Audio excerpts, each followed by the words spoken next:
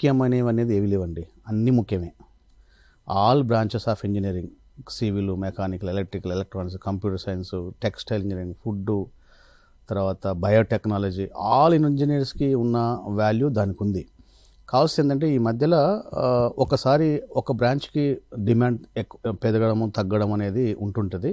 అదొక సైకిల్. ఒకప్పుడు mechanical, civil, ఎలక్ట్రికలే ఉండేది, ఎవర్ గ్రీన్ సబ్జెక్ట్స్ అనేవాళ్ళు. అప్పుడు గవర్నమెంట్ జాబ్స్ కూడా ఆ సెక్టర్లోనే ఎక్కువ ఉన్నాయి. ఇప్పుడు ఏంటంటే ఈ ఉద్యోగ అవకాశాలు ఎక్కువ ఉండడం వల్ల కంప్యూటర్ సైన్స్లో, తర్వాత ఫారెన్లను, సో ఈ కంప్యూటర్ సైన్స్ డిమాండ్ పెరగడం సరిపోయింది. ఎట్లా అంటే జాబ్స్ ఎక్కువ ఉన్నాయి కాబట్టి న్యాచురల్గా పేరెంట్స్ అయినా స్టూడెంట్స్ అయినా ఆ జాబ్స్ ఆ పర్టికులర్ బ్రాంచ్ని ఎన్నుకోవడం జరుగుతుంది. కానీ ఎన్ని జాబ్స్ ఉన్నాయి, ఎంతమంది బయటకు వస్తున్నారు అనేది చూస్తే డిమాండ్ కంటే సప్లై ఎక్కువ ఉంది. మనకు డిమాండ్ ఒక 10,000 20,000 ఉంది అనుకోండి, సప్లై 80,000 90,000 మంది ఉన్నారు. కాబట్టి డిమాండ్ సప్లై ఒకసారి ఇంబ్యాలెన్స్ అయితే ఏమైందంటే మళ్ళీ షిఫ్ట్ అయిపోతుంది, కోర్ బ్రాంచ్కి షిఫ్ట్ అయిపోతుంది. సో మన గవర్నమెంట్ ఆఫ్ తెలంగాణ కూడా ఒక పర్స్పెక్టివ్ ప్లాన్ కూడా తయారు చేసింది.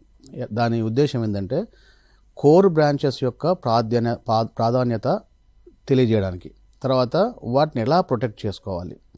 ముఖ్యంగా ఏంటంటే ఈ కోర్ బ్రాంచెస్ చేసిన వారికి గవర్నమెంట్ ఉద్యోగాలు వస్తాయి, అలాగే కోర్ సెక్టర్లో ఉద్యోగాలు వస్తాయి. వాళ్ళు కూడా మళ్ళీ సాఫ్ట్వేర్ తరఫున వెళ్ళొచ్చు కొన్ని సాఫ్ట్వేర్ నేర్చుకుంటే.